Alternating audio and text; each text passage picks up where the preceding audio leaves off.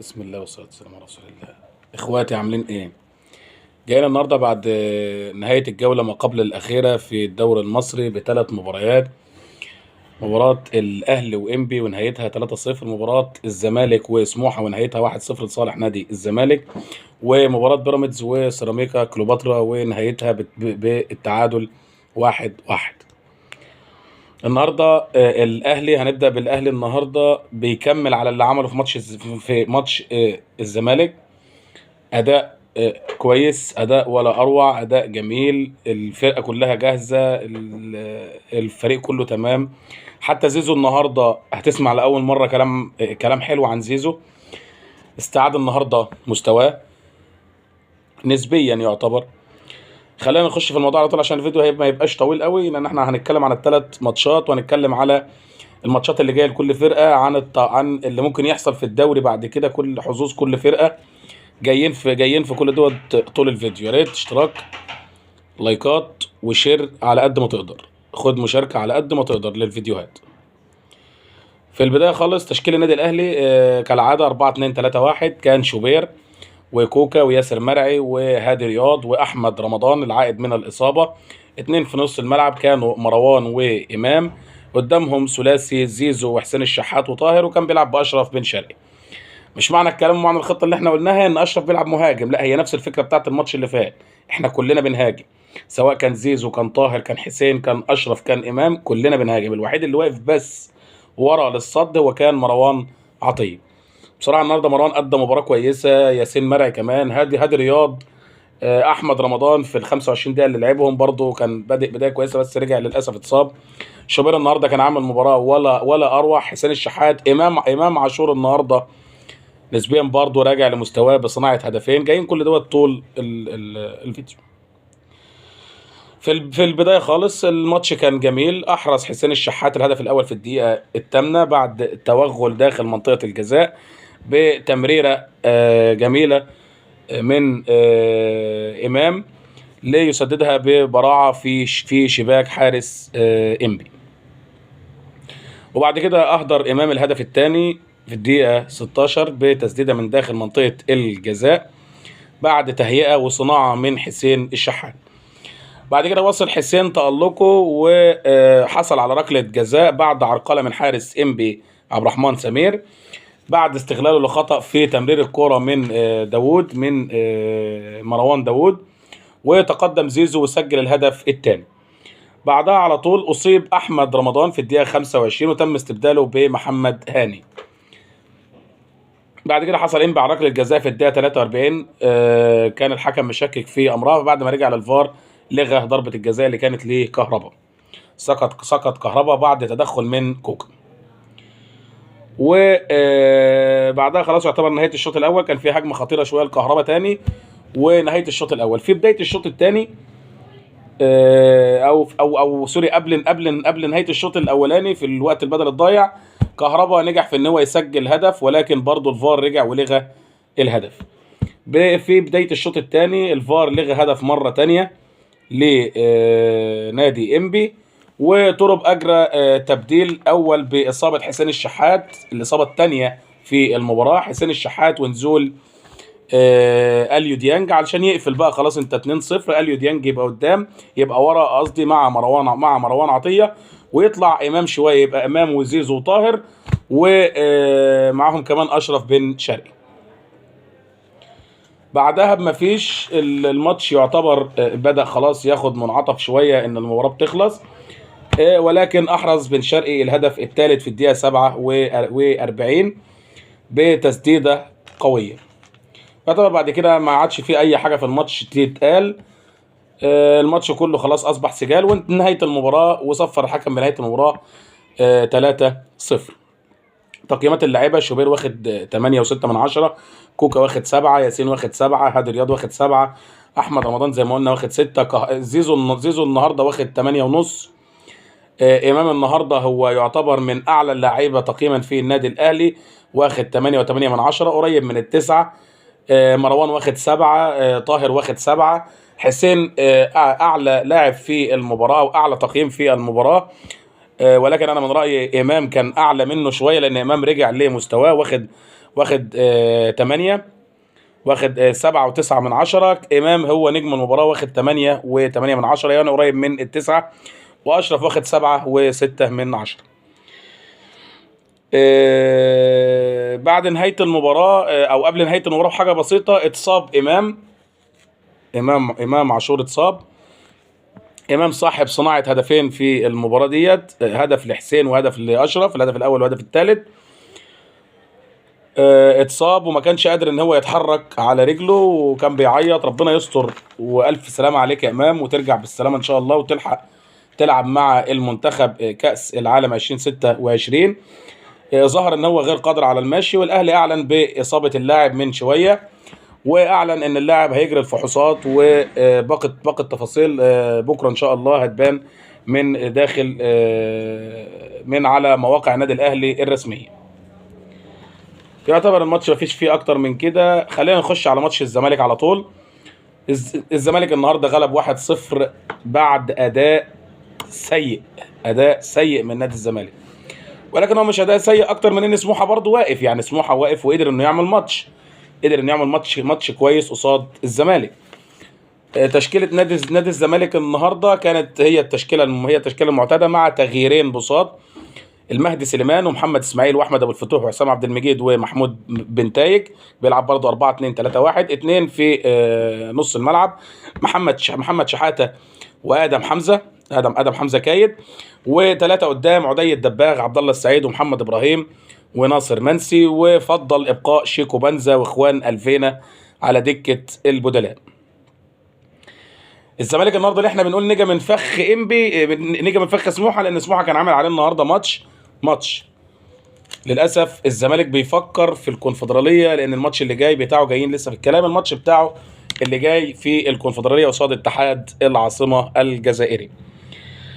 زي ما قلنا فخ، وكان فخ جامد. سموحه بدا بضغط طويل طول الشوط الاول لمحاوله احراز الهدف الاول، واهدر سامويل اول كوره لسامويل امادي، اول كوره ليه اهدرها، اول فرصه ليه. وبرده الزمالك رد عن طريق محمد شحاته تصدى لها حارس سموحه، وانتهى الشوط الاول على كورتين.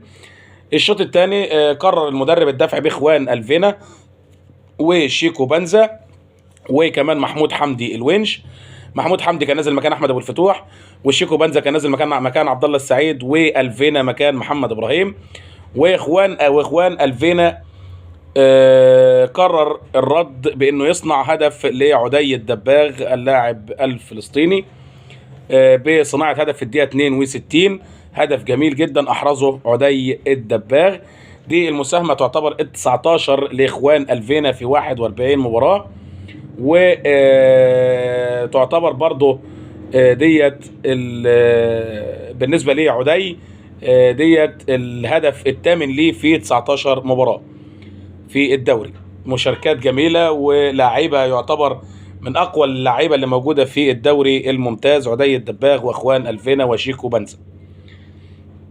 من بعدها مفيش، بعد الهدف سموحه كثف محاولاته ان هو يتعادل، ولكن مفيش لحد اخر دقيقه في الماتش.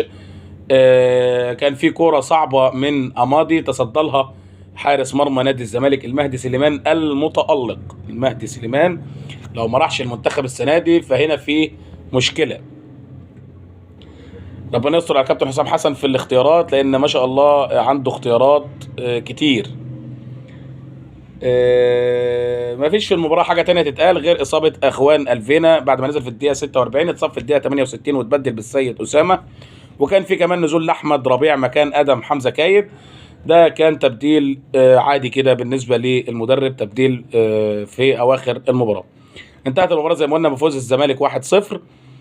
تمام. تعال نخش على بيراميدز. بالنسبه لي النهارده الماتش بيراميدز ضيع على نفسه فرصه كبيره جدا ان هو يزاحم الفرقتين في التنافس، او يزاحم الزمالك في التنافس، وادى فرصه للنادي الاهلي ان هو يقرب شويه من المركز الثاني المؤهل لدوري ابطال افريقيا. بيراميدز النهارده برضه 4-2-3-1 بدا بالشناوي والشيبي واسامه جلال واحمد سمير وكريم حافظ. نجم المباراه كريم حافظ. 2 في نص الملعب: مهند لاشين وحامد حمدان المتألقين. مهند وحامد. 3 قدام عودة الفخوري وناصر ماهر برضه متألق جدا، يعتبر مكسب كبير لمنتخب مصر. ناصر ماهر ومهند لاشين طبعا. زي ما قلنا عودة الفخوري، ناصر ماهر ومصطفى زكي وفيستون مايلي. النهارده علي ماهر قصاد سيراميكا. طبعا زي ما قلنا الماتش كان بيراميدز قصاد سيراميكا 1-1.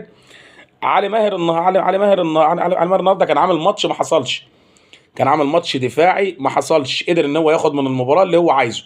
هو كده كده مضمن على المركز الرابع، خد او عمل ماتش على بيراميدز ما حصلش. الاهلي ما عرفش يعمله قدام بيراميدز. كابتن علي ماهر يستحق كل التقدير والاحترام. النهارده كان في لعيبه كتير عنده معديه السبعه ومعديه السبعه ونص، وفي ناس وصلت 8. النهارده عمرو السوليه كان عامل مباراه جميله واخد تقييم 7 ونص. فخري لقاي لاعب نادي بيراميدز السابق 6. ندفد لاعب الاهلي السابق 6. كريم محمد 7 ونص. سعد سمير لاعب الاهلي 7. بسام 7. رجب نبيل كان 7 ونص. لا، مباراه جميله جميله جميله من نادي سيراميكا. تقييمات لعيبه الزمالك، تقييمات لعيبه بيراميدز كان 6. كان 7 الشناوي، 6 ونص الشيبي، اسامه جلال 6 ونص، احمد سمير 7، كريم حافظ داخل على 8، ومهند لاشين 7، وحامد حمدان 7، عودة الفخوري 6، ناصر ماهر 7 ونص، ومصطفى زكي 6، وفيستون مايلي 7. اللي احرز الهدف ل بيراميدز كان ناصر ماهر بصناعه من فيستون مايلي. اللي احرز هدف سيراميكا كان محمد رضا وصناعه من ايمن سعد. بعد نهايه الجوله وبعد نهايه الثلاث ماتشات، الزمالك متصدر ب 53 نقطه، بيراميدز المركز الثاني 51 نقطه، الاهلي 50 نقطه، وباقي جوله واحده بس. الزمالك هيلاعب فيها سيراميكا، بيراميدز هيلاعب فيها سموحه، والاهلي هيلاعب فيها المصري. بس قبلهم في مباراه يوم 9/5 للزمالك قصاد اتحاد العاصمه، وبيراميدز عنده كاس مصر قصاد زد النهائي يوم 10/5. الماتشات اللي احنا اتكلمنا عليها سيراميكا وسموحه والمصري قصاد الزمالك وبيراميدز والاهلي على الترتيب. المباريات دي هتكون يوم 15، يا اما هتتاجل ليوم 20، بس الرسم لحد دلوقتي 15/5. لكن الزمالك عنده ماتش قصاد اتحاد العاصمه الذهاب نهائي دوري ابطال افريقيا يوم 9/5، وبيراميدز عنده نهائي كاس مصر يوم 10/5. الزمالك المباراه هتكون صعبه عليه وهيسافر، وهيرجع على ماتش سيراميكا، وبيراميدز هيكون ماتش صعب قصاد زد، لان ده نهائي 2023 2024 تاني بيتكرر كمان مره بالنسبه له. لكن الاهلي هيكون مرتاح، ما عندوش بس غير ماتش المصري هو يعتبر اللي باقي له. اخر حاجه هنتكلم فيها حظوظ الثلاث فرق في ترتيب في الفوز بالدوري المصري. اولا اكتر واحد فيهم قريب من الفوز هو الزمالك، لانه زي ما بنقول المكسب في رجله، يعني انت برجلك اللي هتجيب المكسب او فوزك اللي هيجيب المكسب. الزمالك لو فاز على سيراميكا او اتعادل من غير ما يبص على نتائج الاهلي وبيراميدز فهو خد الدوري. هو عايز نقطه واحده بس من الماتش، نقطه واحده بس ياخد الدوري. الفوز او التعادل قصاد سيراميكا خد الدوري، مش محتاج ولا يبص على الاهلي ولا يبص على بيراميدز ولا يبص على اي حاجه خالص. عنده حل تاني، انه يخسر من سيراميكا، بس في نفس الوقت بيراميدز يخسر.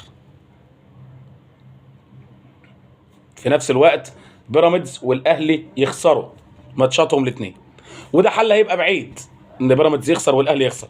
فالزمالك نبارك له بالفوز لما يفوز، لانها في رجله، لانه ضيعها في ماتش انبي قبل كده، كان زمانه دلوقتي قاعد مزاجه حلو. بالفوز ده كان خد الدوري قبل نهايه الدوري. يفوز خد الدوري. بس تاني الحظوظ، وهو حظوظ نادي بيراميدز صاحب 51 نقطة. لو قدر ان هو يفوز على سموحة وخسرت الزمالك خد الدوري. نركز تاني، بيراميدز فاز على سموحة خد الدوري مع خسارة الزمالك. اما بقى صاحب الاقل حظوظ وصاحب 50 نقطة هو النادي الاهلي، ما عندوش غير فرصة واحدة بس، انه يفوز ويستنى خسارة الاثنين الزمالك وبيراميدز. يبقى تاني لاخر مرة عشان نفهم، الزمالك يفوز او يتعادل، مش محتاج يبص لاي حد تاني. في حاله خساره الزمالك محتاج الفرقتين التانيين يخسروا، الاهلي وبيراميدز. بيراميدز محتاج يفوز على المصري ويخسر الزمالك، خد الدوري. الاهلي وهو قال له حظوظ يفوز على المصري ويخسر بيراميدز ويخسر الزمالك، ياخد الدوري. كان يوم جميل، ماتشات جميله، عندنا ماتشات كتير جايه برضو. لسه عندنا اتحاد العاصمه الجزائري، ان شاء الله نتفرج على الماتش ونستمتع بيه الماتش، ونتمنى فوز نادي الزمالك بكأس الكونفدراليه، ونبارك له بالفوز على اتحاد العاصمه ان شاء الله في التجهيز للجوله الاخيره. زي ما قلنا الزمالك هيلاعب سيراميكا، وبيراميدز هيلاعب سموحه، والاهلي هيلاعب المصري.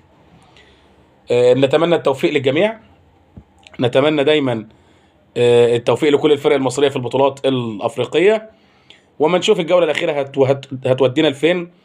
النهارده ان شاء الله يكون عندنا كمان تحليل مباراه لارسنال واتلتيكو، المباراه شغاله هنا اهيت. الواحد مش عارف يتكلم ايه عن المباراه، والله انا اتفرجت على الشوط الاولاني كله، مش شايف في اي حاجه تتقال الحقيقه، غير الجون اللي جه في اخر دقيقه من ساكا. مش عارف ايه اللي ممكن نتكلم فيه تاني، ولكن نتقابل على خير، اشوفكم على خير. اتحاد العاصمه ان شاء الله عندنا ماتشات جايه كتير. اشتراكات، مشاركه، لايكات، قناتكم، كلنا مع بعض بايدينا هنكبر القناه لو احنا محتاجين ان القناه دي تكون موجوده. شكرا.